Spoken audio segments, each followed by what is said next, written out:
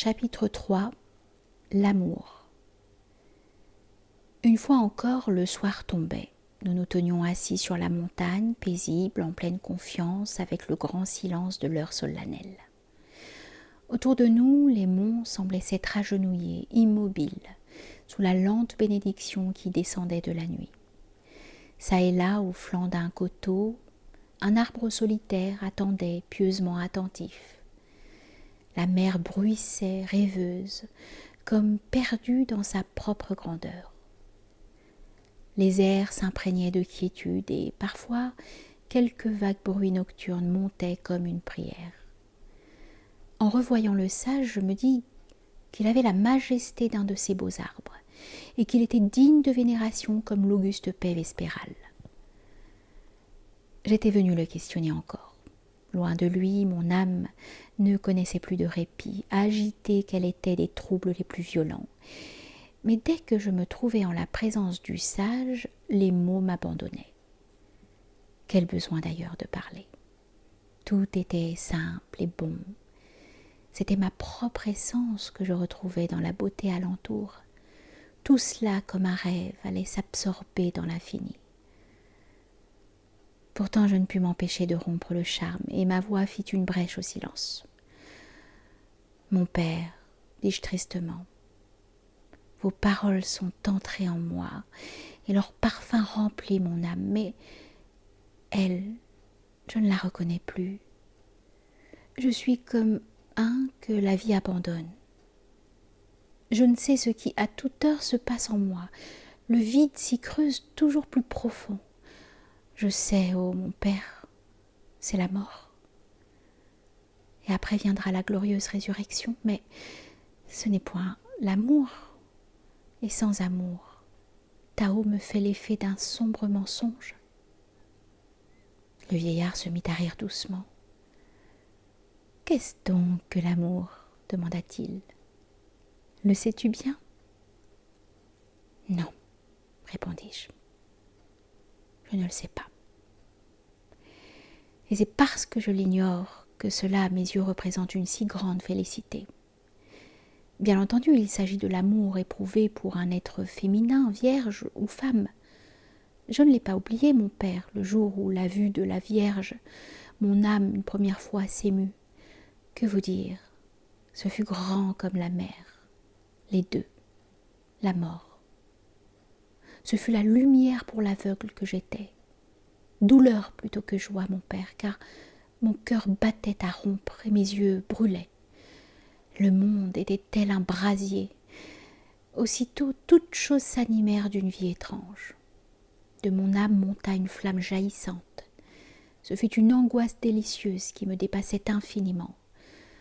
Mon père, je crois bien que ce fut plus grand que Tao. Je sais, dit le sage.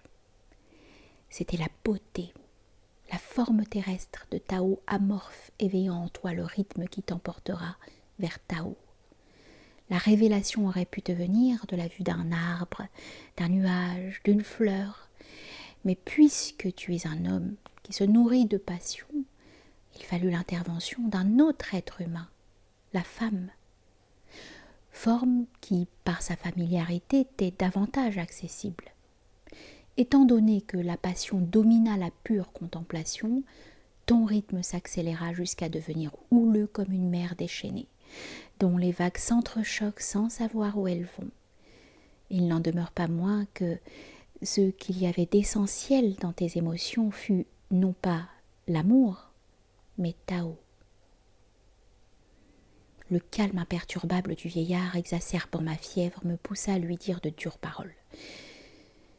« Vous en discourez à votre aise, m'écriai-je, et vos théories sont admirables, mais n'ayant point éprouvé vous-même, vous ne savez au juste de quoi il s'agit. » Le sage appuya son regard sur moi et, d'un geste empreint de bonté compatissante, me toucha l'épaule.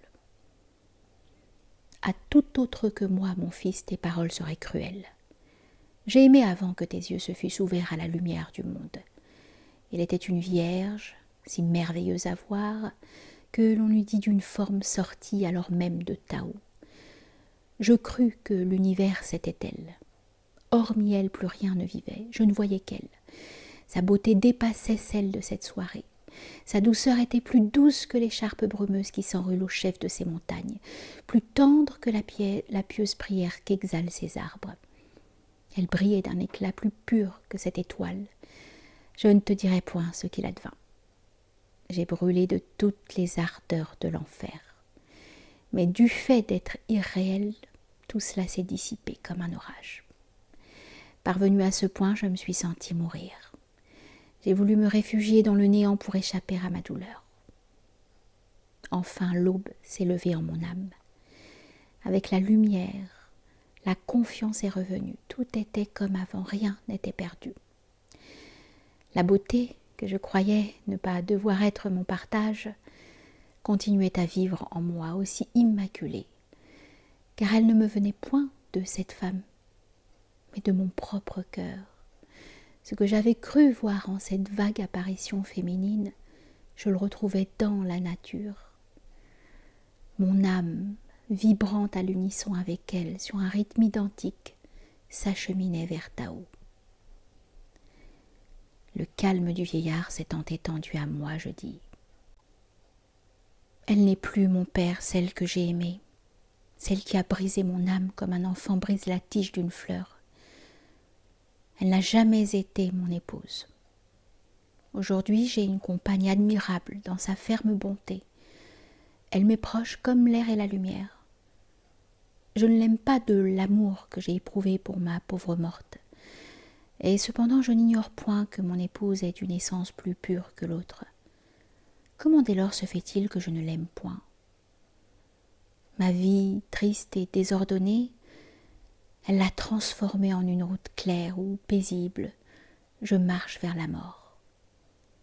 Elle est simple et vraie comme la nature, et son visage m'est cher à l'égal du rayon du soleil. Et pourtant, dit le sage, pourtant, tu l'aimes, mais tu n'as jamais su ce qu'est l'amour.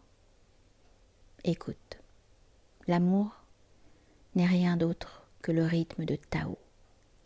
Souviens-toi de mes paroles. Tu procèdes de Tao et tu y retourneras.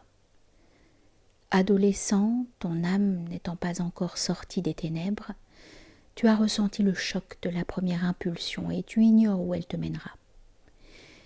Tu t'imagines que le rythme te pousse vers la femme, mais lorsque tu l'as prise et que vos deux corps se sont confondus, tu as continué à sentir, inexorable, le rythme au-dedans de toi, le rythme qui t'ordonne d'aller plus avant encore, à la conquête de la paix. C'est à ce moment qu'une grande tristesse s'abat sur les amants. Ils se regardent et se demandent où porter leurs pas.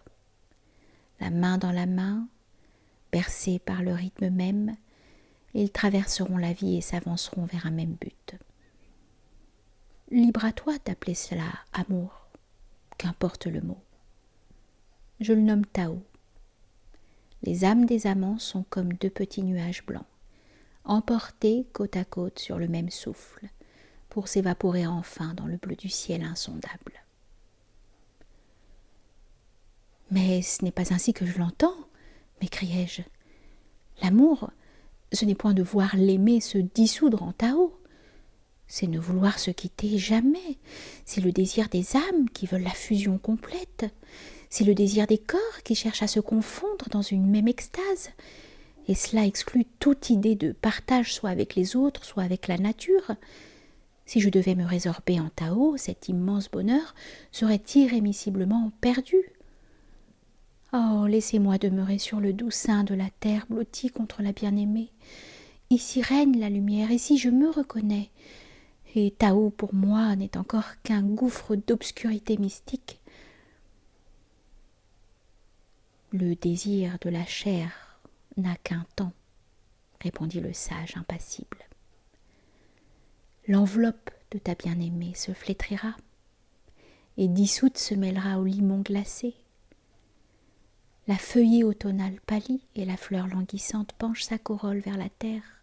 Comment peux-tu prodiguer semblable tendresse à ce qui ne vit pas éternellement? Je te le dis en vérité. Tu ne sais de quelle façon tu aimes, ni quel est l'objet de ton amour. La beauté de la femme n'est qu'un vague reflet de la beauté sans forme de Tao. L'émotion qu'elle éveille en toi, ce désir qu'elle t'inspire de te perdre en elle, cette expansion qui t'élargit l'âme au point de vouloir avec la bien-aimée t'envoler vers les horizons de bonheurs ineffables, crois-moi mon fils, c'est le rythme de Tao que tu continues à ignorer. Tu es semblable à la rivière qui, ne connaissant que ses bords fleuris, à son insu obéit à la force irrésistible qui la pousse à l'océan. À quoi bon cette ruée vers le bonheur humain, bref, à l'égal de l'éclair? Chuang-Tzu l'a dit, le bonheur suprême est non-bonheur. Combien infime et méprisable cette courte montée heureuse, suivie de l'inévitable chute pour recommencer, retomber encore. Quelle pitié, ce vouloir hésitant des hommes et leur éternel vacillement. N'exige pas de la femme qu'elle te donne le bonheur. Elle est la messagère qui t'apporte l'annonciation de Tao. Elle est dans la nature la forme la plus parfaite de Tao manifestée. C'est elle, la douce puissante, qui anime le rythme en toi. Mais comme toi, elle n'est qu'une pauvre chose humaine, et réciproquement, tu es son impulsion annonciatrice. Cesse de la considérer comme Tao, le sacro-saint où tu voudrais t'absorber. Si tu pouvais enfin la voir telle qu'elle est, tu la rejetterais loin de toi. Et si tu veux vraiment aimer une femme, aime-la parce que vous valez en pitoyable faiblesse. Ne l'emporte pas avec toi dans la recherche du bonheur. Que tu saches ou non le voir sous les espèces de l'amour, l'essence de la femme est Tao. Le poète rencontre une femme, et mu par le rythme, il retrouve la beauté de l'aimer dans toute la nature, car ces deux beautés sont identiques. C'est la forme de Tao, le grand amorphe. Lorsque la contemplation éveille en ton âme une aspiration que tu ne saurais définir, sache que c'est le désir d'être un avec cette beauté, avec son essence. Et c'est cela, c'est Tao. Il n'en est point autrement pour ta compagne. Vous êtes les guides spirituels qui, à votre insu, vous conduisez mutuellement vers Tao. Nous demeurâmes pensifs pendant un temps assez long. Je me sentais gagnée par l'immense tristesse que dégageaient dans le silence vespéral les teintes mourantes du paysage. À l'horizon, une strie rouge marquait l'endroit où tantôt le soleil avait disparu. L'on y dit d'une blessure. Qu'est-ce donc? Dis-je enfin. Qu'est-ce donc que cette tristesse que partout exhale la nature? Au crépuscule, ne semble-t-il point que la terre entière pleure de douloureuses aspirations? Elle pleure dans ses couleurs éteintes, dans ses arbres penchés, dans ces montagnes endeuillées de crêpes brumeux. L'œil des humains se mouille de larmes étranges lorsqu'il aperçoit la grande peine de la nature. Elle est comme l'amante qui, éperdue, cherche son amant. Tout est tristesse, la mer, les monts, les nues. Et le sage parle encore. C'est la même tristesse qui pleure dans le cœur des hommes. Tes aspirations douloureuses sont celles de la nature. La nostalgie du soir est celle qui amollit ton cœur. Ton âme a perdu Tao, son amant, à qui naguère elle était unie. Elle n'a qu'un désir, s'absorber de nouveau en lui.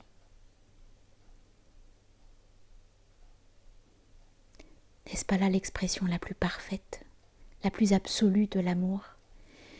Être à tel point un avec l'aimé que l'on ait son essence comme elle est la vôtre. Amour infini, car ni la mort ni la vie ne sauraient le détruire. Amour assez pur et sans trouble pour qu'aucun désir ne l'agite plus.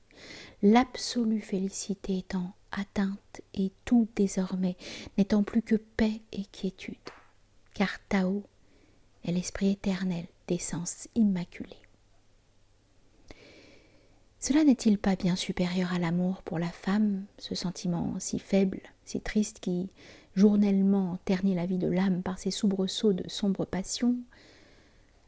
Lorsque tu te seras absorbé en Tao, et alors seulement tu seras à jamais uni à l'âme de ta bien-aimée, aux âmes fraternelles de tes semblables, à celles de la nature. Les rares moments de bonheur que goûte l'espace d'un éclair les amants terrestres s'évanouissent devant la félicité infinie, au sein de laquelle les âmes de tous les amants se confondent pour ne plus former qu'une éternité de pureté immarcessible. Peu à peu, mon âme avait conçu des horizons de bonheur qui s'élargissaient toujours et devenaient plus vastes que les rivages mouvants de la mer, que les cieux les plus lointains. « Mon père !» m'écriai-je, tremblant d'émotion, « se pourrait-il que l'univers ait un caractère aussi sacré que je ne l'ai point su ?» Le désir m'a dévoré. J'ai connu la mortelle lassitude que laissent après elle les larmes. Les sanglots éperdus ont déchiré ma poitrine. J'ai été harcelée par l'angoisse, j'ai frissonné devant la mort. J'ai douté de la bonté des choses, entourée que j'étais de souffrance et de douleur. J'ai cru être damnée parce que j'étais remplie de farouches passions, de désirs charnels qui montaient en moi comme des flammes dévastatrices. Je les haïssais, mais lâche, je les servais. Haletant de terreur, j'ai songé à la chair en fleurs de mon épouse, qui fatalement se flétrirait, condamnée qu'elle était d'avance à se dissoudre en froide poussière. J'ai pensé ne jamais plus pouvoir goûter la paix de plonger mon regard dans le sien, où je découvrais l'éclat de son âme. Vous dites que, malgré tout, Tao ne cessait d'être en moi fidèle gardien, que c'était Tao que je voyais briller au fond des yeux de l'aimé. Il en est bien ainsi, mon maître. Tao était dans tout ce qui m'entoure. L'essence de la terre et des cieux, celle de l'aimé, la mienne, sont une seule et même chose. Et c'est bien là l'origine de ces aspirations dont l'objet m'était inconnu, mais qui me poussaient toujours plus avant. Il m'a semblé qu'elle m'enlevait à l'aimer, que mon amour pour elle n'était plus. Mais, dites-vous, c'était le rythme qui nous porte, elle et moi, qui est le souffle même de la nature, qui trace aux astres leur route lumineuse à travers l'espace. S'il en est ainsi, tout est consacré, et tout en Tao est ce qu'est mon âme. Oh mon père, le jour se lève en moi. Il me semble que déjà mon âme presse la future révélation. Déjà les cieux au-dessus de nous et la mer à nos pieds l'ont pressenti. La nature tremble d'un émoi sacré et mon âme le partage, car elle a vu celui qu'elle aime. Perdue dans une muette introspection, je demeurai longtemps immobile. J'avais la certitude d'être un avec l'âme de mon maître, un avec l'âme universelle.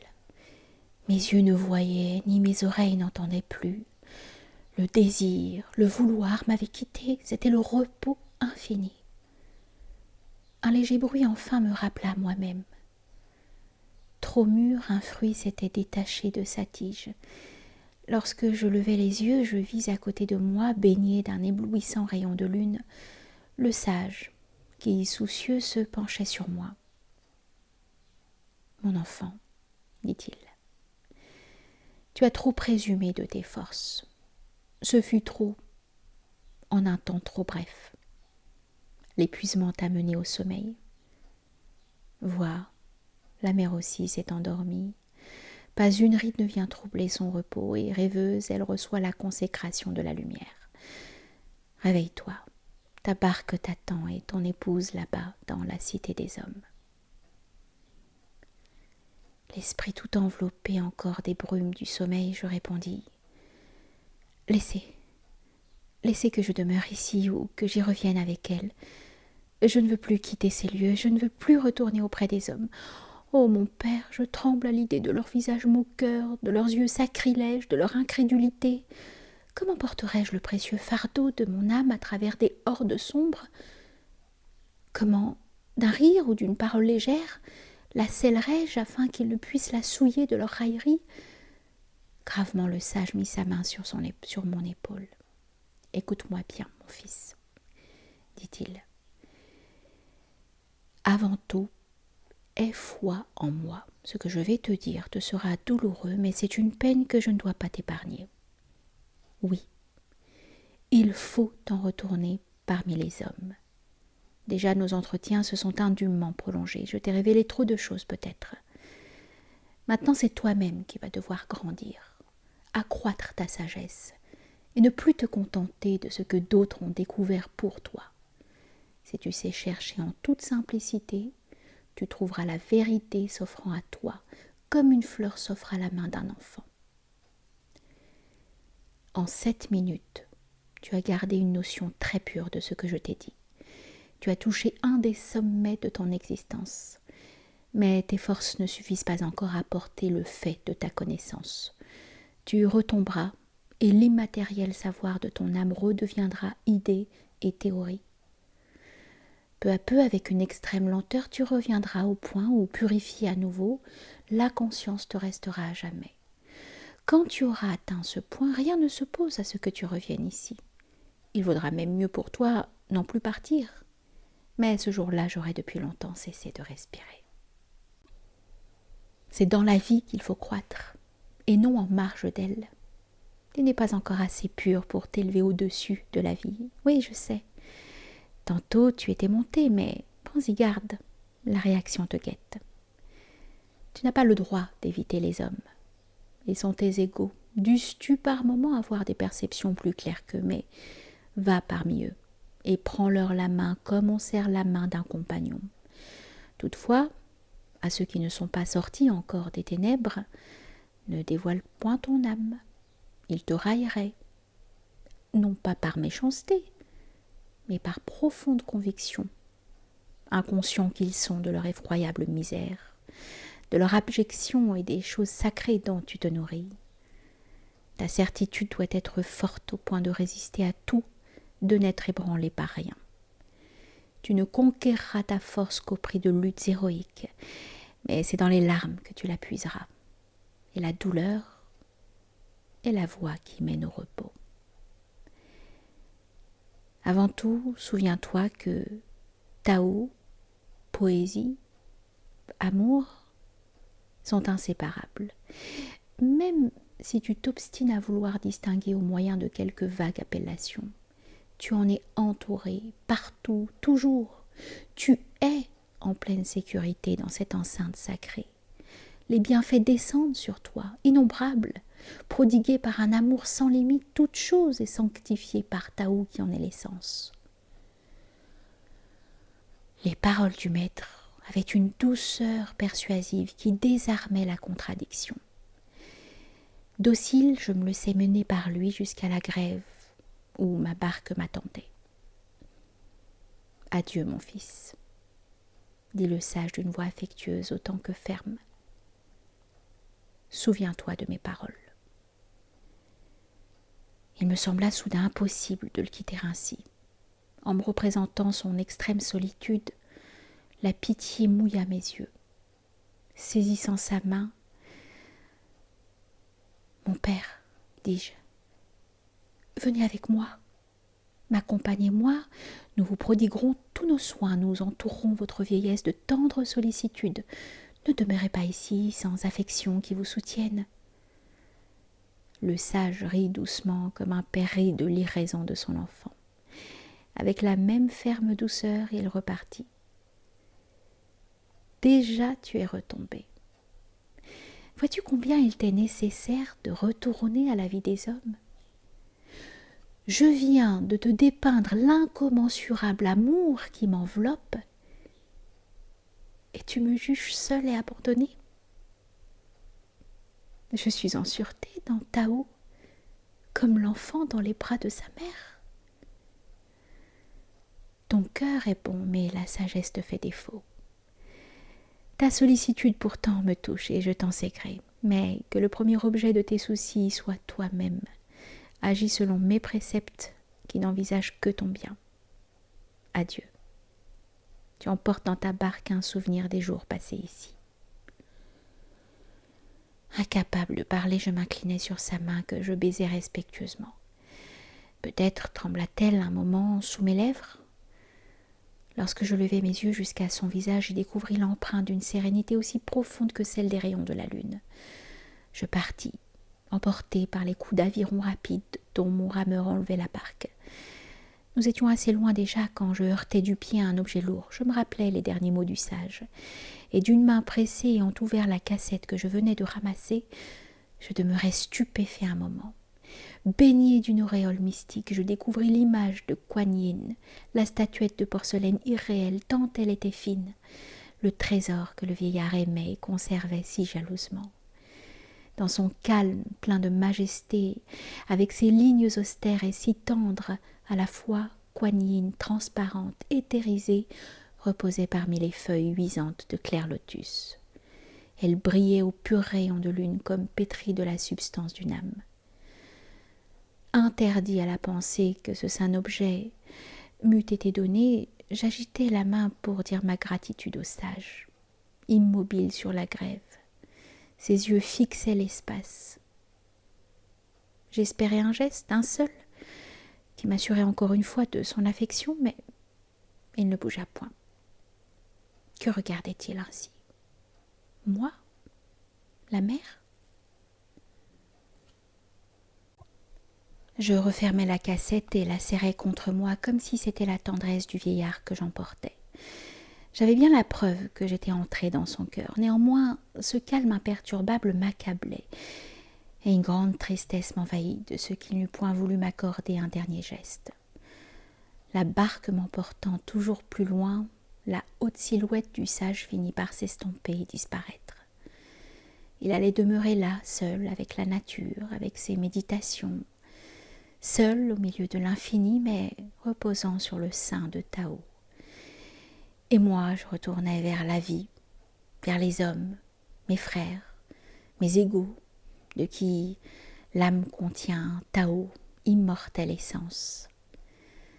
Déjà les lumières du port brillaient lointaines, et la rumeur de la ville arrivait jusqu'à moi. Alors, je sentis une grande force entrer en moi, et j'ordonnai à mon rameur d'aller plus vite. J'étais prêt. Dans cette cité grouillante, ne serais-je pas en sécurité comme partout ailleurs? Au cœur de toute chose se trouve l'amour, la poésie, Tao. L'univers entier est un vaste sanctuaire, abri aussi sûr qu'une bonne et forte maison.